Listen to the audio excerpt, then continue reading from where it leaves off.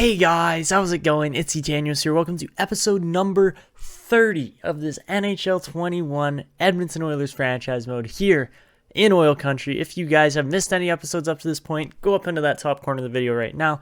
There will be a link there with all of the episodes up to this point. You can catch up on whatever you missed. And also, if you do enjoy this video, make sure that you go down below, drop a like on the video. Also, consider subscribing if you haven't already. We're trying to reach 1,200 subscribers. We just hit 1,100, and I'm super hyped about that.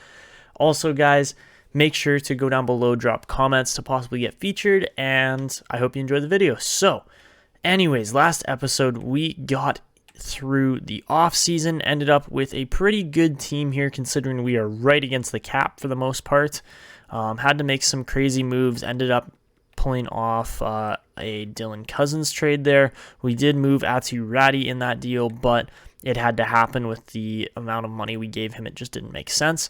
But anyways, this team has turned out quite nicely. I'm very excited for Gordie Sanford. I think he's going to be a great addition to our team. Vincent Guit, unfortunately, just, doesn't fit the team again, but there is some hope as far as the draft classes go, or the players in the draft class go this season. There is a lot of potential for us to possibly grab a player that could fit our system finally on defense. Koivu is a no-go, unfortunately. We're just not going to be able to get a guy like him. Boris Korolyuk could fit. He is a little bit out of, he's not going to make the NHL right off the bat, which is something we would like. But Matthias Wiklund, big possibility there. And then this guy, Tim Morales, even if he's only like a medium top 4, it says he's NHL ready and he's got all A's across the board. So if Morales does actually turn out, he could be one of the biggest steals the draft ever sees as far as 15th overall. Like, that is pretty wild. But anyways, we're going to get into the season simulation here. Our team is looking really good right now. I'm interested to see how Cousins performs with Draisaitl and Yamamoto this year. That is going to be kind of the one determining factor if we can win a... if we could win a President's Trophy this year, or if that's going to, kind of get thrown out the window just based on how the guys perform. We'll see. Honestly, like, the top 4, top 6 of our team is so good that we should be able to beat everybody, but who knows what's going to happen. Power plays are all set up. I got all that done last episode, and of course, if Parbacker can stay healthy, then we're going to stand a really good chance. But anyways, we're going to jump into the simulation here. We're going to do 21 games to start off, and then do 20, 21, and then 20 again. And, I'll stop up in between those simulations and just show you guys how things are going with the team. Oh, well. And Parbacker is injured again. Woo!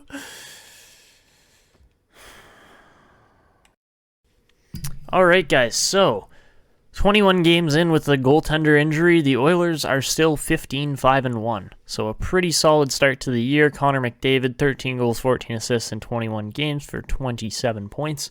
Just absolutely crushing it right now. No question about that. The real question is who else is killing it. Obviously Draisaitl and Yamamoto, and then Cousins and Bouchard. Evan Bouchard, you animal. Oh my goodness. He's on a really good pace as far as defensemen go. That is insane. Okay, so let's check out the entire league after a quarter of the season. And Peyton Krebs with 34 points. My goodness. We tried to get this guy, Malakov, or Malikov, however you say his name. And that just wasn't happening. So, Kari Hirvonen. Yeah, he's pretty decent.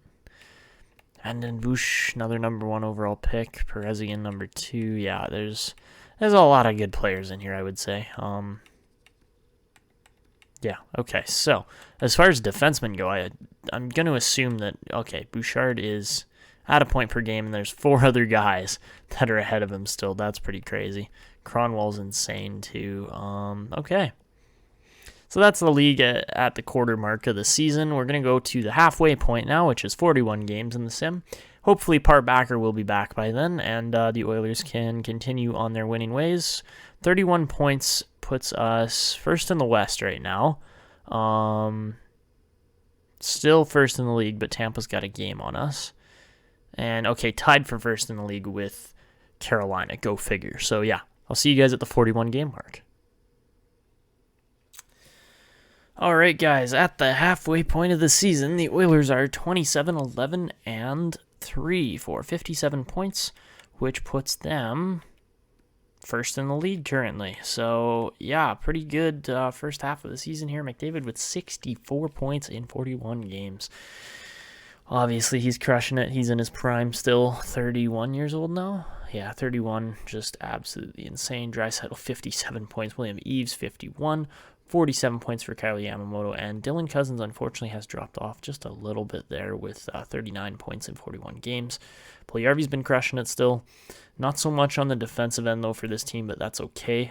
They're handling things defensively, which is really good, and that's what we want to see. As far as the goalies go here, Backer, 14 wins in 23 games. He's not been terrible, but not spectacular either. Taking a look at the entire league here for team, or I guess individual scoring, McDavid leads the league just by 2 points, but Braden Point with 2 games in hand on him as well. Currently playing in Nashville now. Okay. Perez again, who was drafted by the Rangers, is at 54 points there. Larkin's up there. Lots of guys having great seasons. As far as the defense goes, we are looking at Rasmus Dahlin, 45 points in 41 games.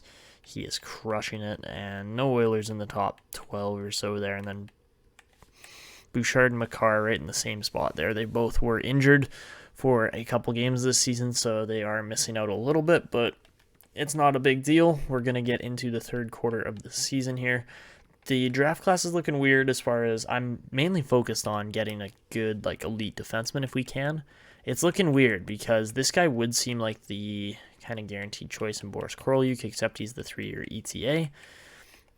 There you go by the looks of it. Morales only guaranteed to be NHL ready. That's the only thing there that is intriguing. So maybe Korolyuk is the option we take. Vikland actually looks pretty decent too, but he is a pinch and cycle, unfortunately. So yeah, I'm getting the feeling Korolyuk's going to be kind of our go-to guy here. This Tomi Nitimaki, however you say his name, looks pretty decent too with a potential 1-year ETA there.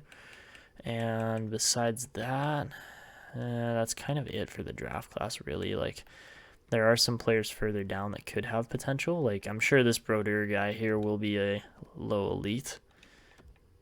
That would not be terrible.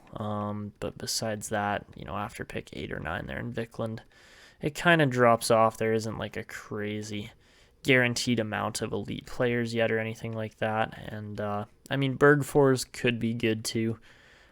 He was intriguing, but again, probably going to turn into a pinch and cycle defenseman as they almost always do. So yeah, that's the team. That's what we're rocking with, and that's how the draft class is looking so far.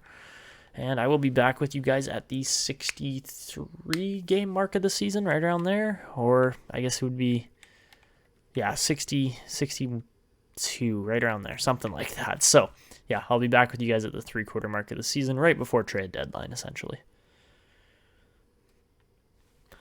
Alrighty, guys. So at the 62 game mark, I believe it is. Yeah, 62. The Oilers are 44-13-5. A good record by any team, honestly. That is 93 points is not a bad year for any team, but that's only at the 62 game mark, and Edmonton is head and shoulders above the rest of the league as far as team play goes. It's been a good season. This sim has gone really well, and I'm hoping they can finish off strong here. McDavid, 88 points in just 62 games. Eves and Draisaitl coming up close second and third there at 78 and 76. Yamo with a point a game. Cousins and Puljujarvi still just under that. But those guys have been fantastic. Sanford has actually got 19 points this season, so that's not too bad. Guit only has 3. He's been pretty bad, honestly, and same with Coburn. He's at 8 points in 49 games. But when we take a look at the entire league here, McDavid isn't even in first for scoring. That is absolutely redonkulous. Like, seriously, Braden Point, you're going to average like a point, like 1.4 points per game. That's just insane. Wasn't he drafted in, oh, he's 2014. He was the year before McDavid. Anyways, the older guys definitely dominating the league here this year. Everybody that's like 30, 31, 32, 33 really scoring like crazy. William Eves still having a great year. Top goal scorer looks like it's Hirvonen. Yeah, Hirvonen's got 50 goals. 45 goals there for Georges Audet. He's been crazy good too. And Vyacheslav Zadorov has actually been ridiculously good as well. As a 5'9" winger. Malikov, lots of goals too. So yeah, that's three-quarter mark of the season, and I will be back with you guys to finish off this 2028/29 regular season simulation here.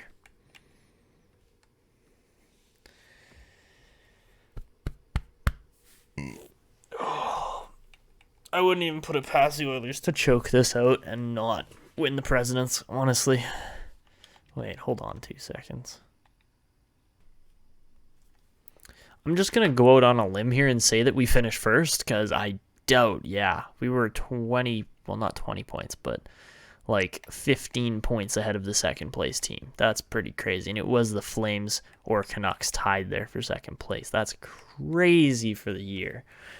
I want to see how our team did as far as stats go. So if we go for the entire league, obviously we finished first. We got 75% of the total points.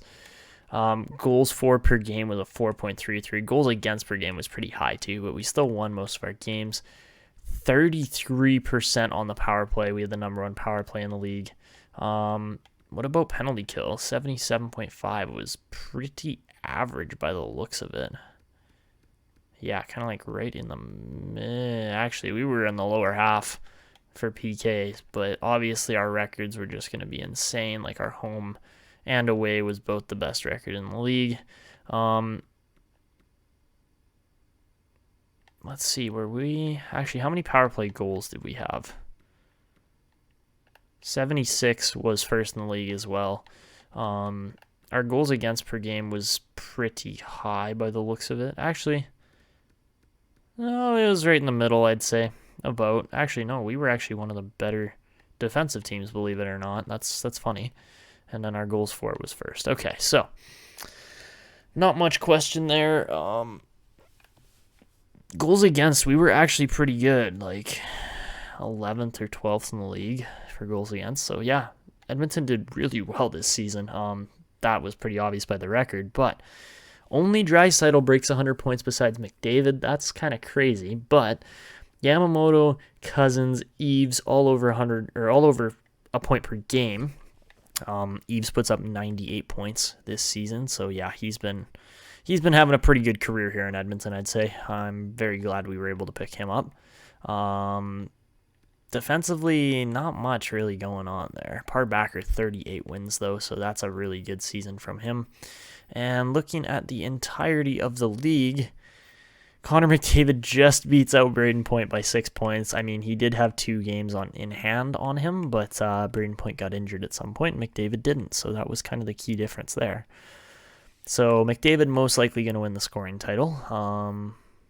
Goaltending, Backer was actually third in the league for goaltending wins, and both goalies played 9 and how many more? Like 13 more games. That's Calgary really relied on. And same with New Jersey. They really relied on their goalies there. So that's pretty crazy. Magnus Olas is looking absolutely sick for Boston. And then besides that, Liam Donsk. How? He's a 26-year-old backup goalie, and he got 34 wins. Like, I don't get it. How does that happen? It just doesn't make sense to me. For defenseman, Dahlin? Yeah, Rasmus Dahlin, 79 points, 82 games. Ekblad had 75 as well, so he had a great season. Cronwell was up there too. No Edmonton defenders till a bit further down at 55 and 56 points there. As far as rookies go, Darren Armstrong, a 14th overall pick in 2024, probably going to beat out Guerrero here for the Calder here this season. And let's see, I think the only guy, Sanford was the only guy that really had a good scoring season for us as a rookie with 29 points is still pretty darn solid there. So, that's the team. That is how everything kind of went here as far as this season simulation went, and things are looking really good. I assume we're going to be taking on either Vegas or St. Louis, one of those two teams. And hold on a second, am I miscounting here? 2, 4, 5. Oh no, there's a bunch of teams that haven't finished playing yet, but that's okay with me.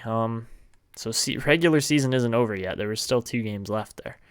That is my bad, but I think, there you go. Now Edmonton wins the Presidents, and AHL season's over. We did finish first in our conference, and we are going to be taking on St. Louis first round, believe it or not.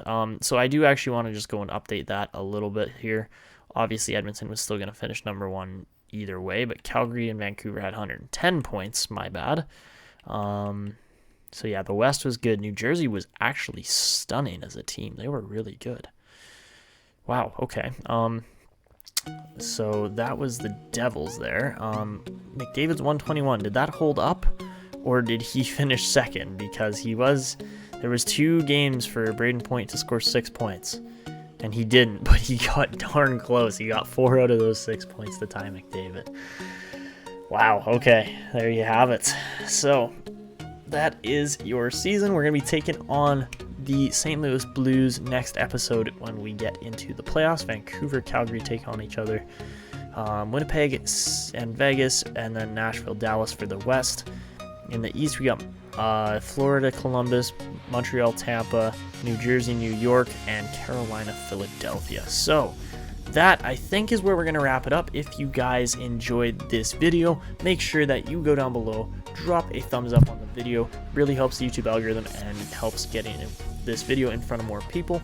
Also, if you haven't yet, make sure that you go down below and subscribe. We're trying to hit 1,200 subs, and I know you guys can do that pretty quickly here.